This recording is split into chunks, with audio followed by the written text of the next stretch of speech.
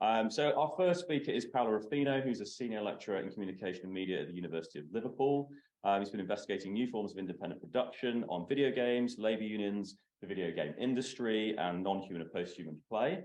And is the author of Future Gaming, Creative Interventions in Video Game Culture, and editor of Independent Video Games, Cultures, Networks, Techniques and Politics, and is going to be speaking on a paper titled The Consequences of an Invisible Event, Remediating Contagion in Red Dead Redemption 2. And I will hand over to Paolo. This thing is going to stare at you, I think. Okay.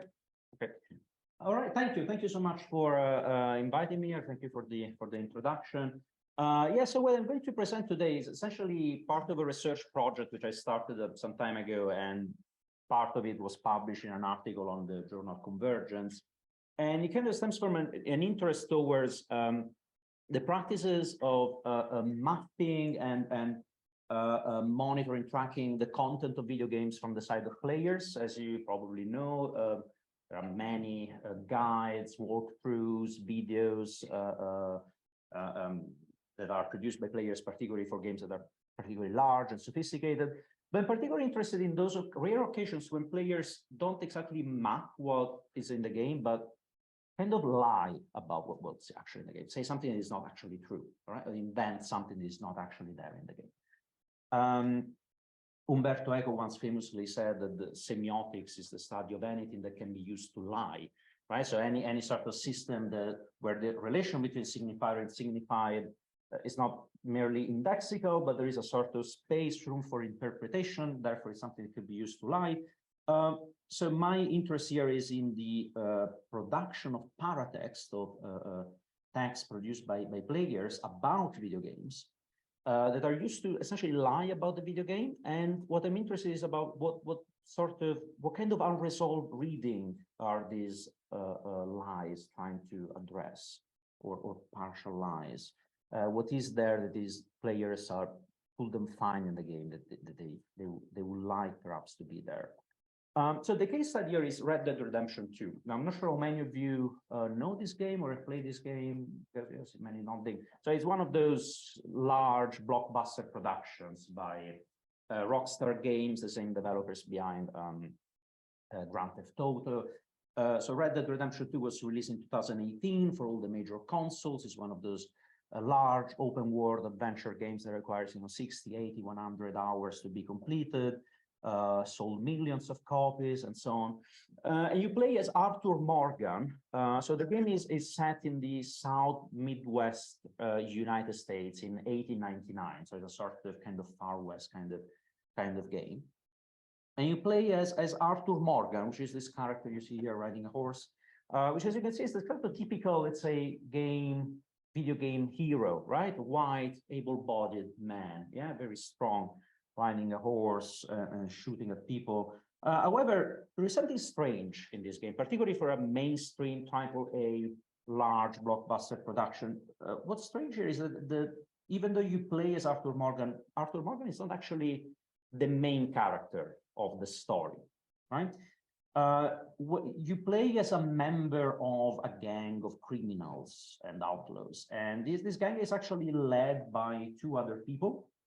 It's called the Van der Linde gang, and even though in the story of the game you have, say, some sort of power to sort of influence what you're going to do with the group of people you're kind of playing with, but actually the story is mostly kind of driving you towards pathways where the character doesn't really want to go, and the whole story of the game is about the sort of failed aspirations of Arthur Morgan. Arthur Morgan has, for instance, a romantic relationship with a woman, but that woman is distant. He cannot commit to anything because he doesn't have the resources to become stable. He lives this sort of nomadic life that he would like to put an end to, but there is always, let's say, another bank robbery to make that his companions want to perform. He dreams to move to Central America and live a peaceful life there, but this dream never really realizes. And the game is also set in a specific historical time period, 1899, where in the history of the United States, the whole structure, the internal and the functioning of the United States as a state was kind of transforming at the time. So throughout the game, for instance, you're hunted by headhunters, who then turn into a sort of much more organized police force. And as you play through the game, you have a feeling that these sort of aspirations of a nomadic, anarchic life that these outlaws are trying to kind of aspire to. Those dreams are probably going to fade. They're never going to be materialized. So you play the sort of character who is not actually the main character of the story. And then towards the end of the game, something really strange happens. There is a non-interactive scene which cannot be prevented, where the main character has a sort of respiratory crisis and falls on the ground, is brought to a doctor, and is diagnosed with tuberculosis. So the doctor says, you get tuberculosis, it's 1899, it's not curable. It was a very common disease at the time. It will become curable around 20, 30 years later.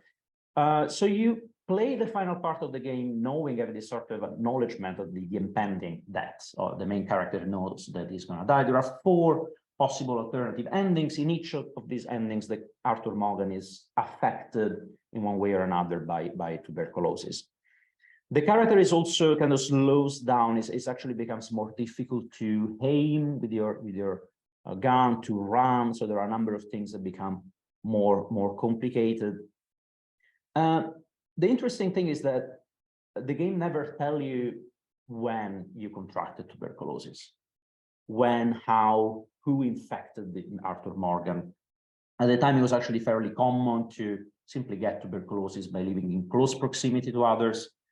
So there is a sort of open question of, who gave tuberculosis to Arthur Morgan, and what can be done, perhaps maybe to prevent it and to heal the character.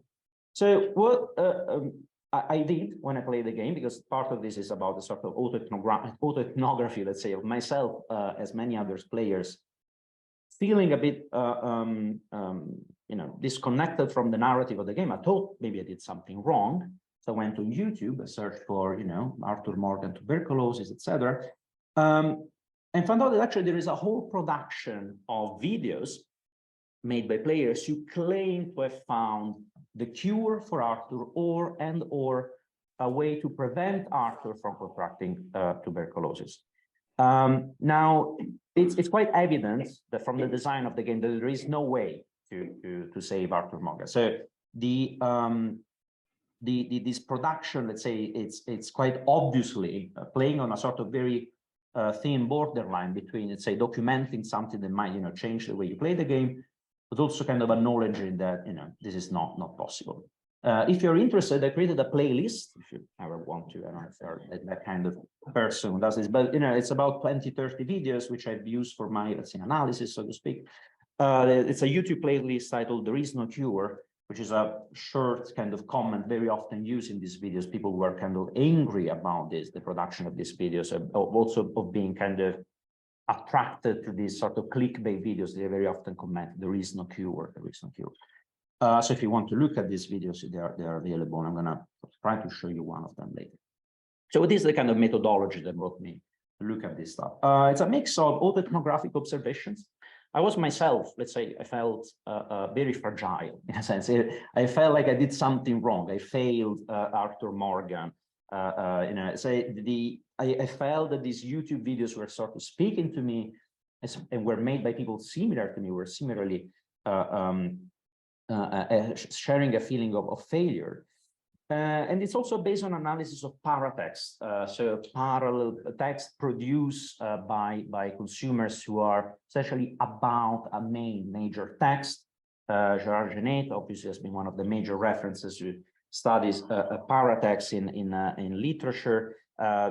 Genet is particularly interested in the illocutionary force of paratext. So what is essentially that these texts are promising, so to speak? What are they trying to what is their performative potential?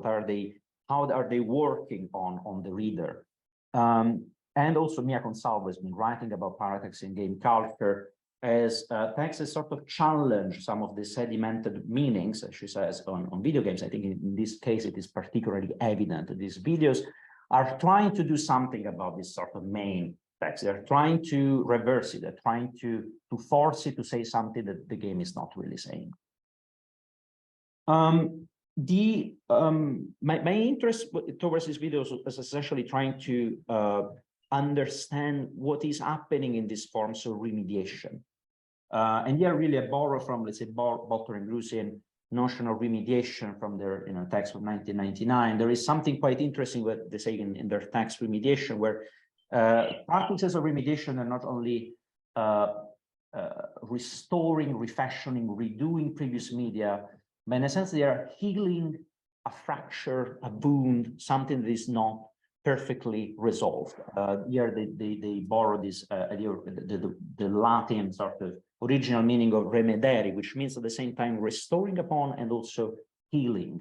I think here in this case, the sort of double meaning is particularly effective. The videos are remediating Arthur's tuberculosis, the double sense of refashioning, putting it through different images in a different configuration, but at the same time, that configuration attempts to heal Arthur somehow. Kember and Ziliska also argue that remediations are not just simply ways of documenting of previous media or let's say mapping previous media, but they are productive of new affective relationships, for instance. So there is something productive, there is something, let's say, positive rather than negative in the remediation of Arthur's tuberculosis. Another important thing that's worth mentioning is that is the first one of the initial things you should find out when you start watching these videos, that these paratexts are not actually instrumental to save Arthur. Yeah, so it is this community producing and watching videos about Arthur's tuberculosis. They are perfectly aware that there is no solution to this problem, but they're still trying to make videos. There is one in particular, how to prevent Arthur Morgan. It's making some weird noises. I'm not sure. I forgot. How to prevent Arthur Morgan from being exposed to tuberculosis during money lending, and it's one of these videos. Yeah, that's okay. Someone kind of whistling. All right, cool. Okay, this is quite a long video, actually, 10 minutes long. It's trying to test one of the main hypotheses of this community, which is that there is a farmer in the game, a non-player character called Thomas Downs, which you have to visit quite early on in the game. And then you happen to visit him again. Now, this character is seen coughing on a couple of occasions.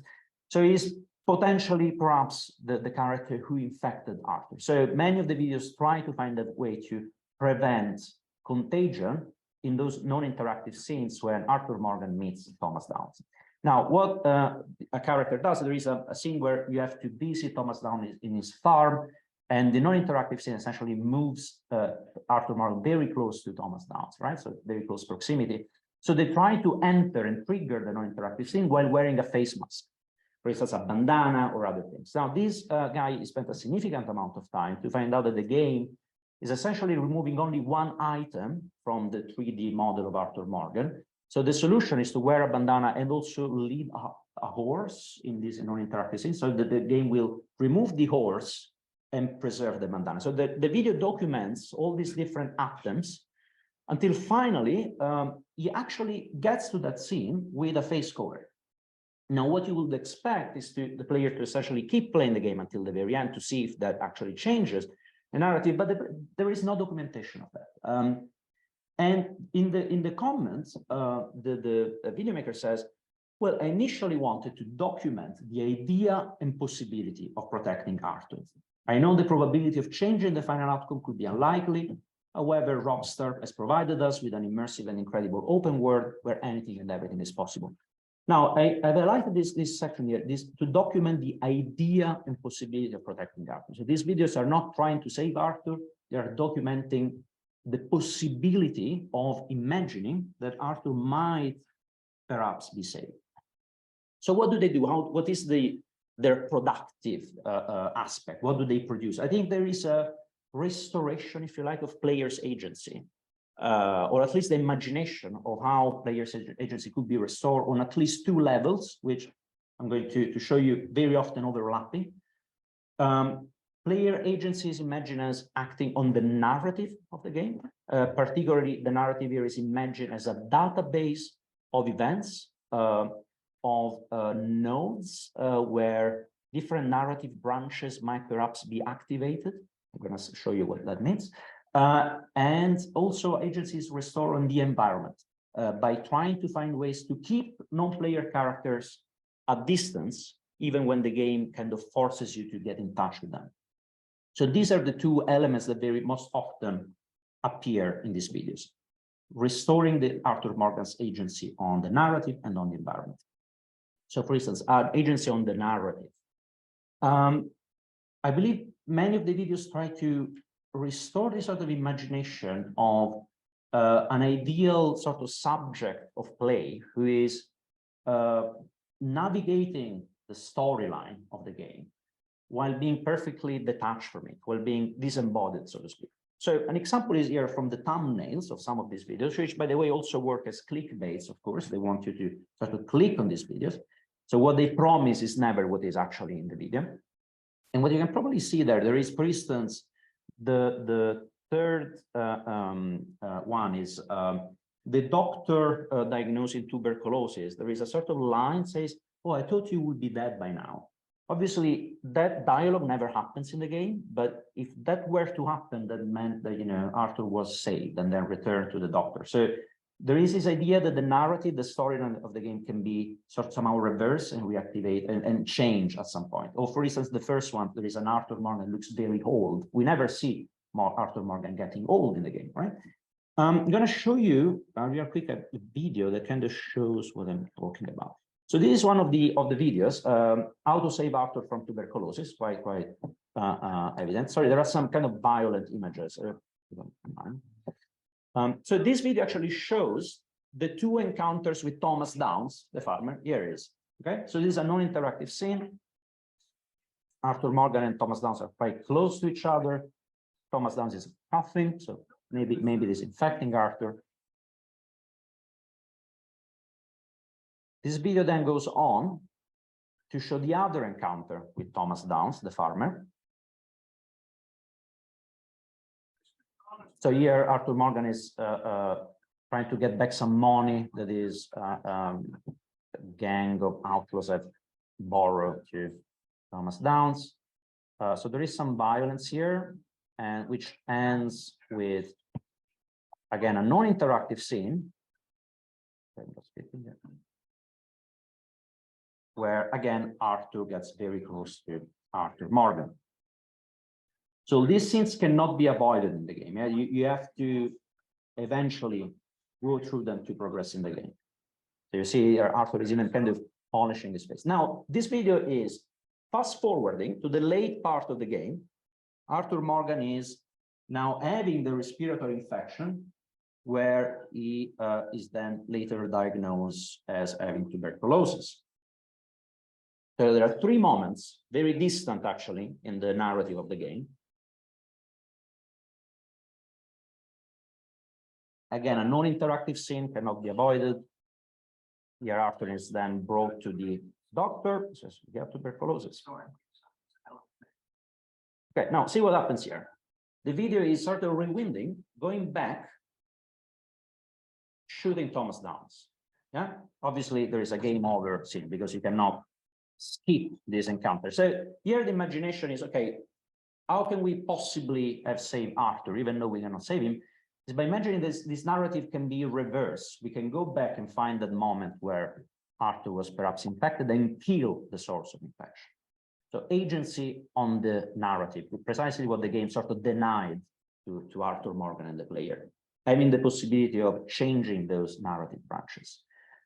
Agency on the environment is instead mostly imagined as distancing from non-player characters. Here again, we're still in the Thomas Downs hypothesis, explored by many videos, how to prevent Arthur Morgan from being exposed to tuberculosis. It's a video where the main character, the Thomas Downs as a farmer is the player is trying to essentially kill Thomas Downs from distance with a sniper rifle. What happens here is that the non-player character starts a sort of animation of like running away. So in the video, the player is chasing the farmer, kills the farmer, takes him on a lasso back on the horse, goes back to the farm, to find out, I'm not sure if you can see it here, that Thomas Down has respawned. There is a new Thomas Down, there is a new farmer waiting for him. So there are now two, one dead and one alive, right? So again, what is this video trying to sort of imagine? How can we perhaps find a way to keep these sources of infection at distance, but at the same time, of course, how can we,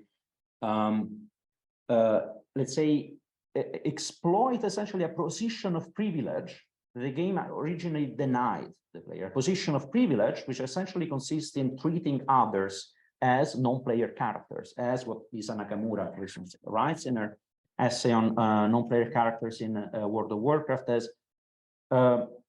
those characters that don't have the privilege of avatarial self-possession, forcing Thomas Downs to respawn, to duplicate, to become non-human. So in this imagination, the sort of game space, to borrow from Mackenzie work of that connects the human character from the non-human characters, is sort of flattened and imagined as a flat network of relations between different nodes. And in this network of relation, I think the main character is supposed to be at the very center. Now, my sort of falling into this sort of rabbit hole of videos on Arthur Morgan tuberculosis almost overlapped with the pandemic, with the COVID-19 pandemic.